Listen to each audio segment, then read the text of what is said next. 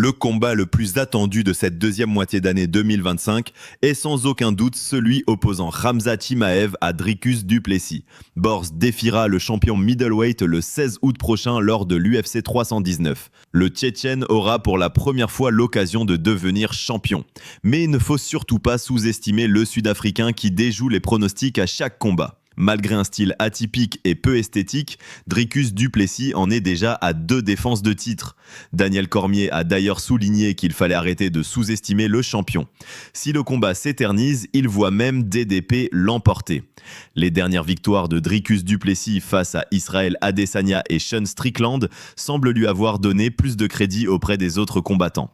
Le champion est enfin réellement perçu comme une menace et à juste titre.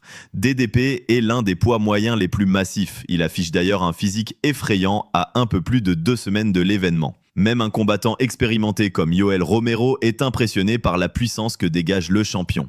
Du Plessis est lourd, déclare l'ancien de l'UFC dans le podcast Overdogs. C'est le genre de gars qu'on appelle un paysan. Tu le regardes, il n'est pas rapide, mais il est explosif. Et tout ce qu'il fait est lourd, puissant. Ses mains sont très lourdes, il a une force brute. Regardez comme il a mis Adesanya au sol, il l'a contrôlé et mis au sol en utilisant son poids. C'est ce qui a tué Izzy. Khamzat Chimaev a également des accomplissements à faire valoir, notamment sa dernière victoire face à Robert Whittaker, qui fut expéditive soumission premier round. Cependant, pour Yoel Romero, cette victoire n'est que peu révélatrice en raison de l'adversité. Robert Whittaker est très abîmé, très abîmé.